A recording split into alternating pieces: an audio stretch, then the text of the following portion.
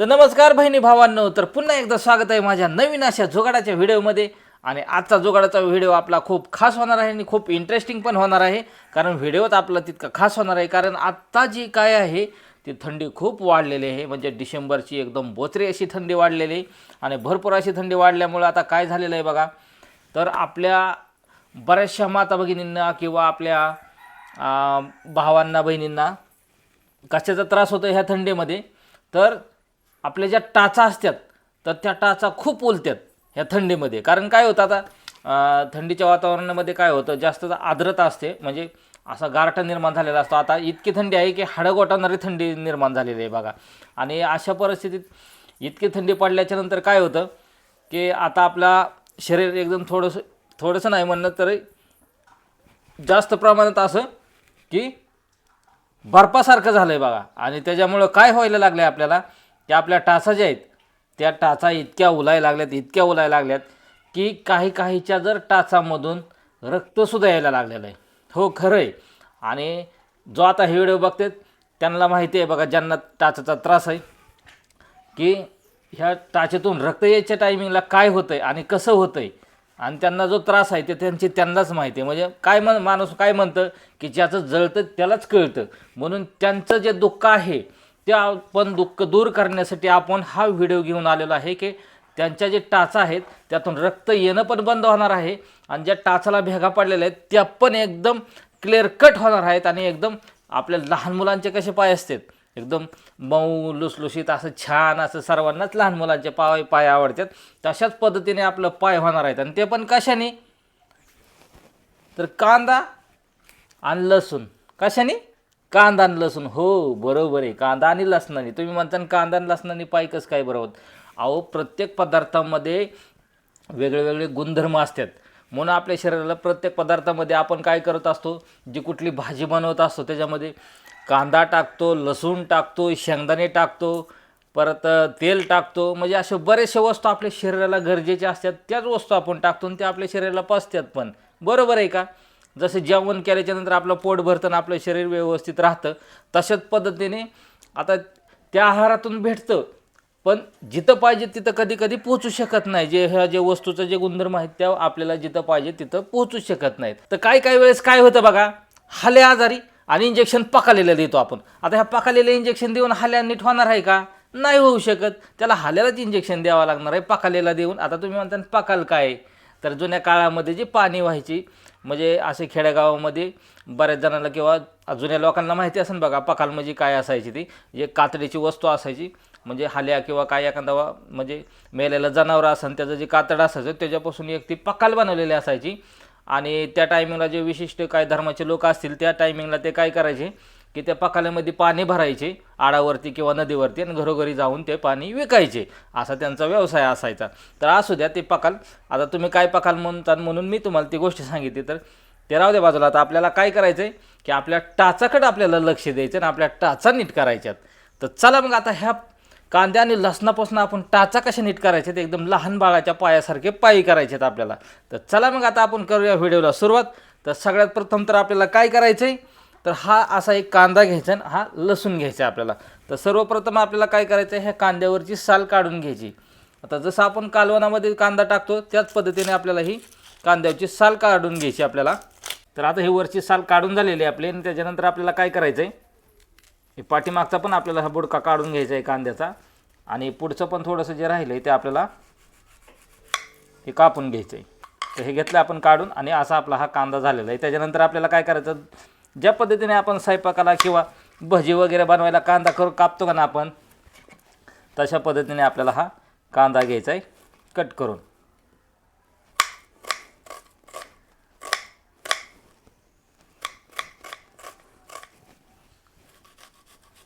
या अशा पद्धतीने आपल्याला हा कांदा घ्यायचा आपल्याला कट करून. आणि दमाने करा, हात वगैरे कापून घेऊ नका, नाहीतर आपले टाचरायची बाजूला आणि हाताचं दुखणं वाढून बसायचं. म्हणजे करायला गेलो आपण गणपतीनं व्हायचा मारुती, अशा पद्धतीने आपल्याला करायचं नाही. तर व्यवस्थित आपल्याला ही जी गोष्ट आहे ती आपल्याला व्यवस्थित करून घ्यायची. लय बारीक पण कापायचं नाही, कारण आपल्याला हा कांदा काही खायचा नाही. त्याच्यामुळं तो ओबडधोबड कापून झाला तरी चालेल. नाही तर म्हणतात हा काय दादा आपला ओंडगा आहे तसा पण कांदा कापला, तर तशी काही गोष्ट नाही आपली. तर आपल्याला हा ओबडधोबडच कांदा पाहिजेत, एकदम बारीक पण नाही पाहिजेत. तर चला आता अशा पद्धतीने आपला झाला आहे कांदा कापून. तो घेऊया आपण एका या प्लेटमध्ये काढून. त्याच्यानंतर आपल्याला हा लसूण घ्यायचा आहे. तर हा लसूण घेतलेला आहे आपण, आणि हा लसूण आपल्याला काय करायचं आता सोलून घ्यायचा आहे. तर चला आपण घेऊया हा लसूण सोलून अशा पद्धतीनं, आणि त्यातला जो आतला गर आहे तो आपल्याला घ्यायचा आहे. हो काय, अशा पद्धतीने. तर चला आता आपण घेऊया हा सगळा लसूण सोलून.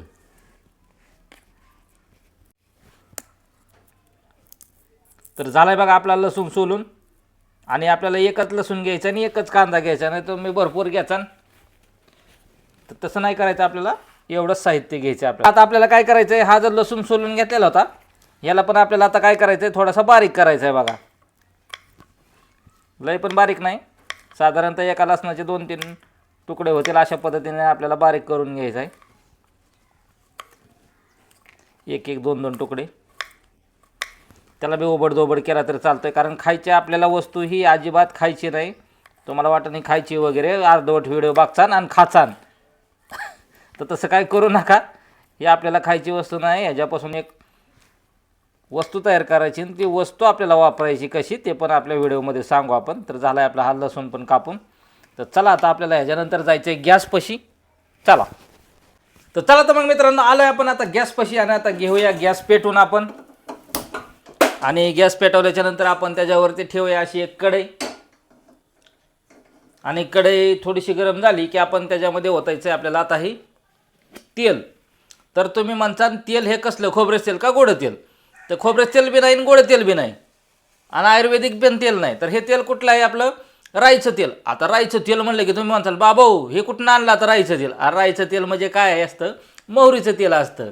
तर बऱ्याच जणांना माहिती असेल राईचं तेल म्हणजे मोहरीचं तेल असतं.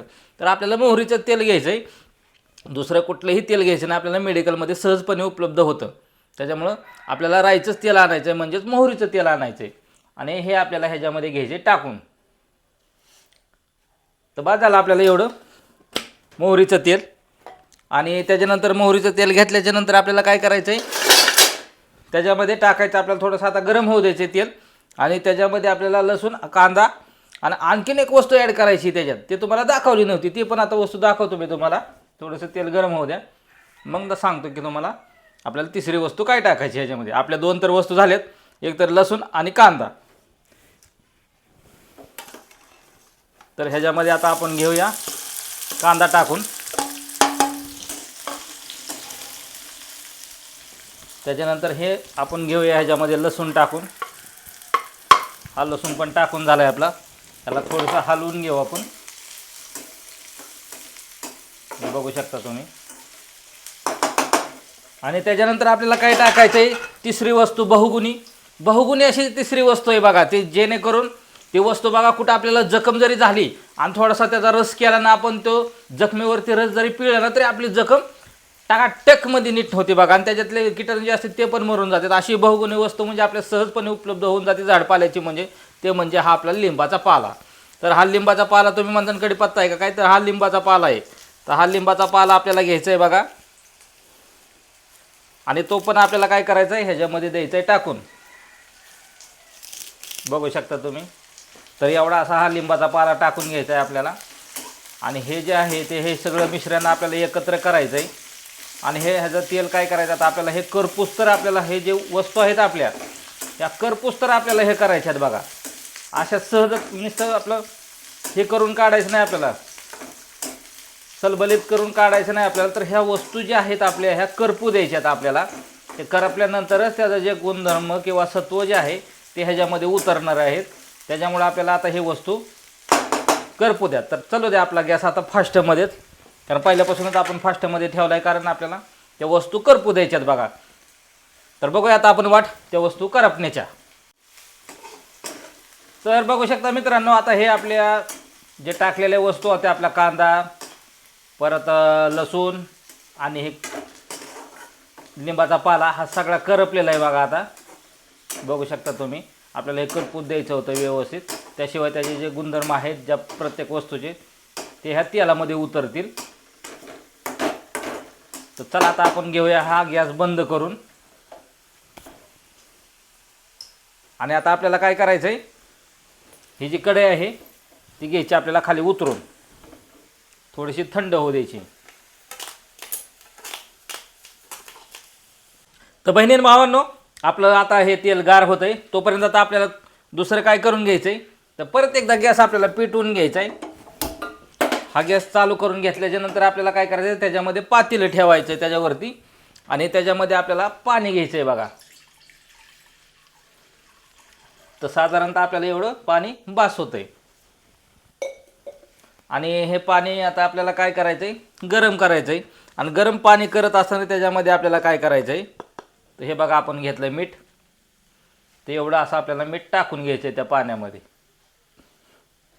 आणि हे पाणी आपल्याला किती गरम करायचं आहे, तर तुम्ही कडक पाणी करसान तर आपल्याला कडक नाही पाणी करायचं, साधारणतः आपल्याला थोडंसंच पाणी गरम करायचं आहे, जेणेकरून हे मीठ त्याच्यामध्ये विरघळलं पाहिजेत. अशा पद्धतीने आपल्याला एकदम कोमट असं पाणी करून घ्यायचं आहे बघा. तर चला हो द्या आता आपलं पाणी कोमट, तोपर्यंत कढई पण आपली म्हणजे गार होते आणि तेल पण गार होतं आहे. तर आता आपलं पाणी झालं आहे कोमट, आपण घेऊया गॅस बंद करून आता. आणि आपण घेतला आता हा गॅस बंद करून. आणि त्याच्यानंतर आता आपल्याला काय करायचं आहे, हे तेल पण आपलं गार झालं आहे. तर आपण काय करायचं, आता हे तेल आपण एका वाटीमध्ये काढून घ्यायचं आहे बघा. ते पण आपल्याला चाळणीने शोधून घ्यायचं. आपण चहा गाळणी जी असते आपली, त्याने हे तेल आपल्याला गाळून घ्यायचं आहे व्यवस्थितपणे.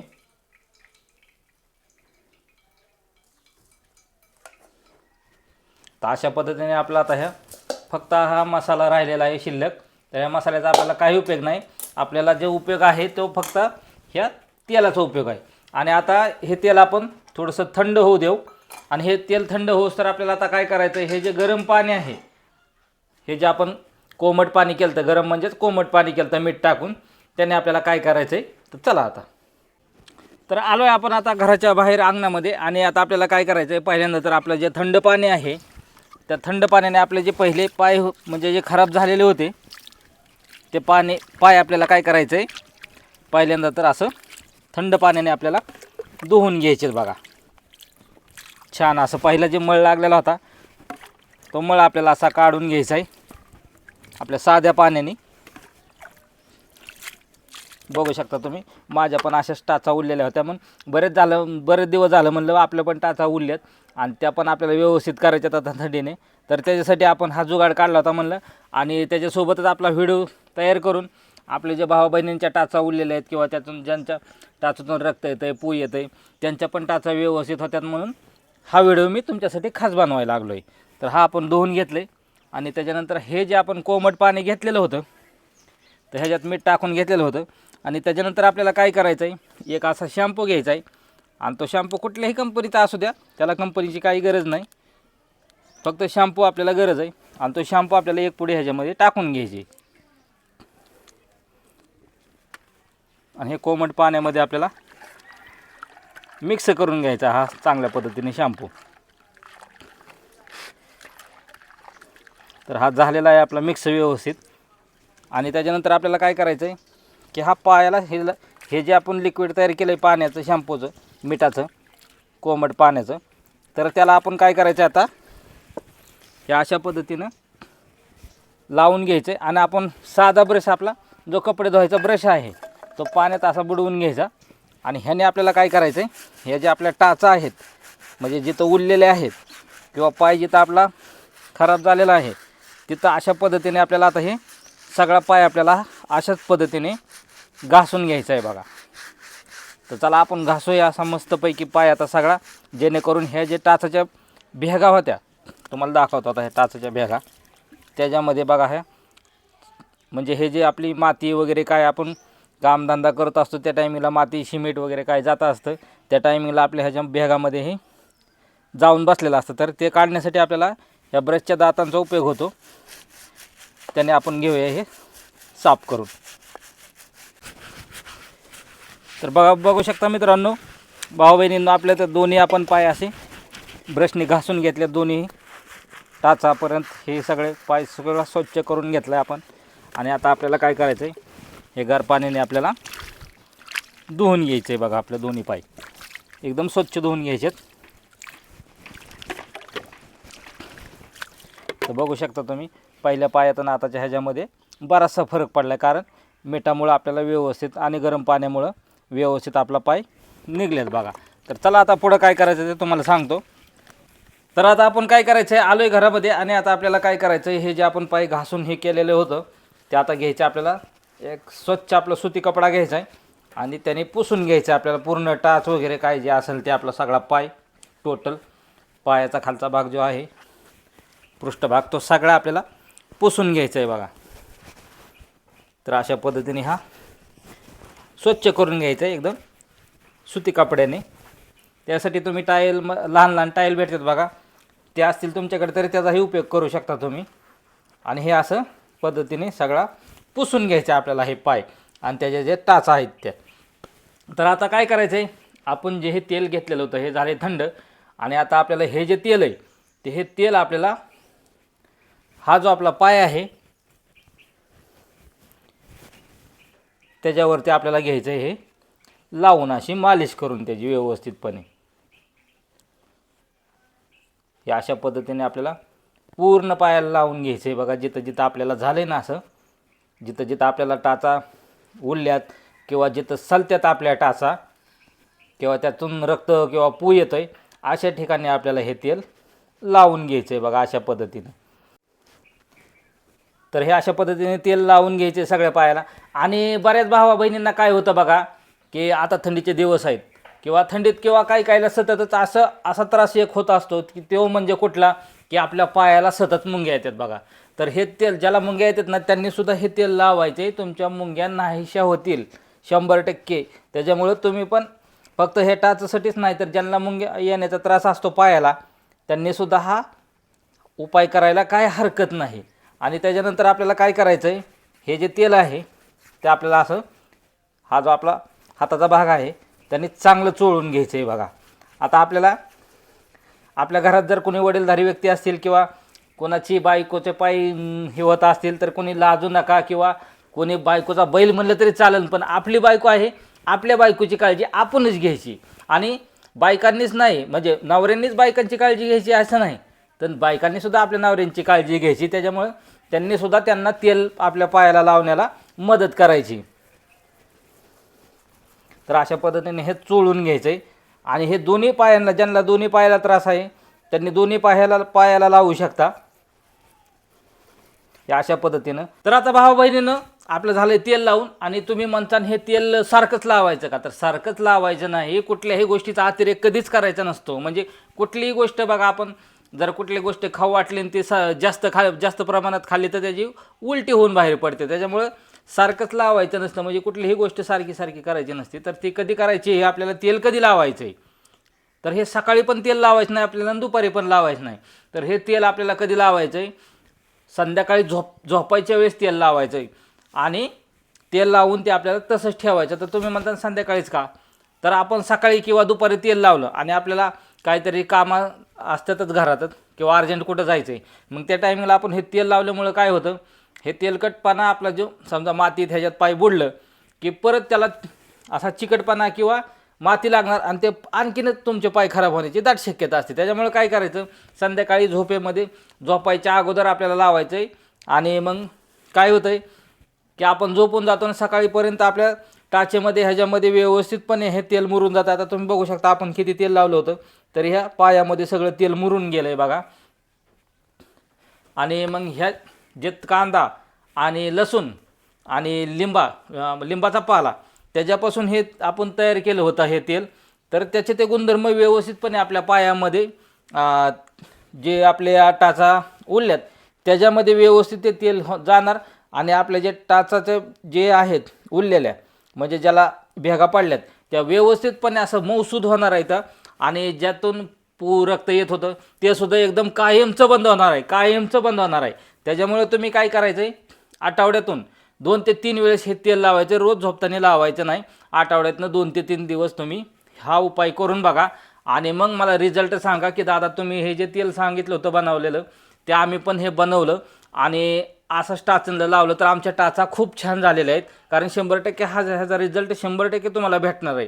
त्याच्यामुळे तुम्ही पण अशाच पद्धतीने हे तेल तयार करा आणि तुमच्या टाचा चकाचक अशा मस्त अशा गोऱ्यापान आणि सगळ्या एकदम क्लिअर होणार आहेत. बघा हिथं जसं आपल्या टाचा उरलेला दिसतात आणि हिथं एकदम पाय आपला गोरा आहे म्हणजे मऊसूद आहे. अशा पद्धतीने हे तुमच्या टाचा होणार आहेत. तर चला धन्यवाद. भेटूया अशाच नवीन नवीन आपल्या जुगाडाच्या व्हिडिओमध्ये. तोपर्यंत धन्यवाद.